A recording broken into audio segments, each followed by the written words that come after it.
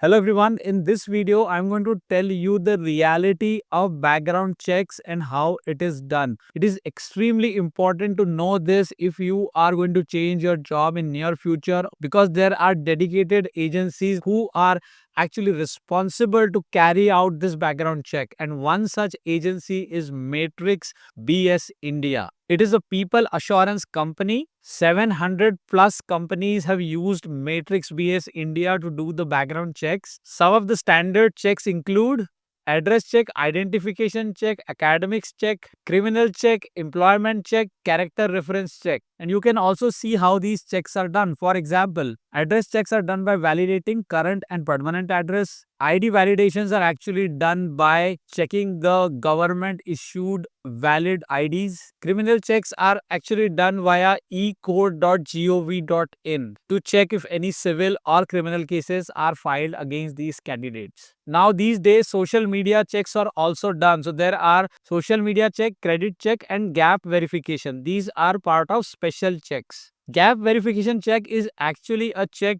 on the employment gap history to find out the real reason for that particular gap. Now, what happens is when we resign and join a new company, we actually share a reference number, which is your past manager's number or contact email ID, with the HR of the new company or the recruiter of the new company. Now, we don't know what exactly happens after we share this information. So, let's say if I join a new company and I give my old company manager's name, email ID and phone number for reference check. So I have no idea of what these guys are going to do with this.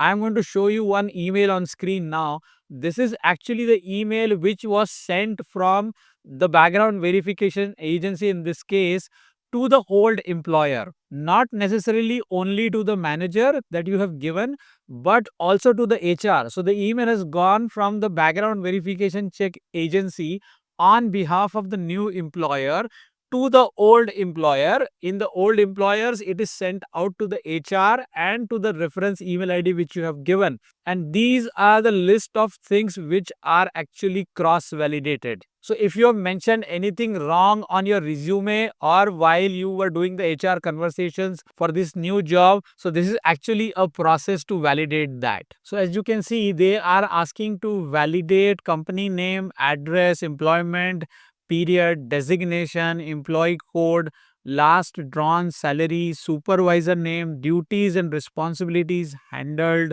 attitude and personal reputation of the candidate, performance at work, reason for leaving or any other relevant information, and eligibility for rehire.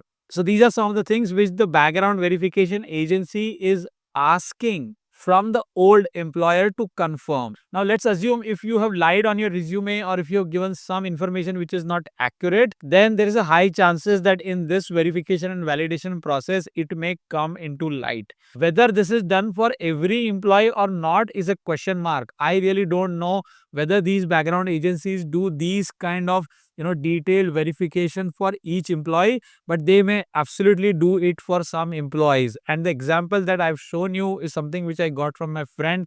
It is actually a real email. So that is why it is extremely important to be very smart when you write things on your resume. Let's say if your designation is team leader in the current company, but when you want to apply for a job, you want to apply for a project manager role. So in your resume, you should actually write two things. One is role, one is designation. You should actually write the real designation or title in the current company as team lead, but you should write role as a project manager. These two can be always different.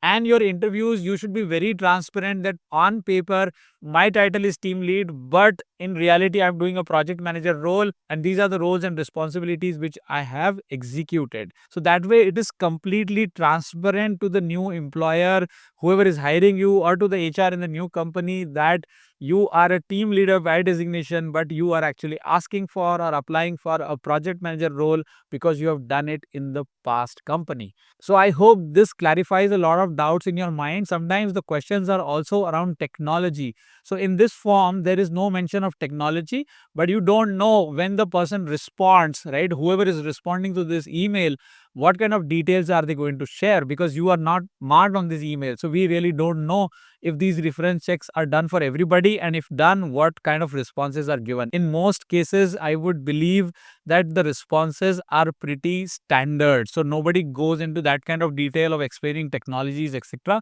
But it is a very thin line to walk on. So my suggestion again is, try to be as honest as possible. If you want to write something which is futuristic, then play smart. You can always include certain freelancing projects or certain trainings which you have done outside your work to show that you have gained certain skills which were actually not needed in your job, but you have learned on your own. Alright, that's it for today's video. I hope you really liked it. Please show a thumbs up and share this video in your network. Subscribe to the channel if you have not done it already. Let me know if you have questions in the comment section. I'll try to respond to each and every comment as much as possible. I'll see you in another video very soon. Till then, take care. Bye for now.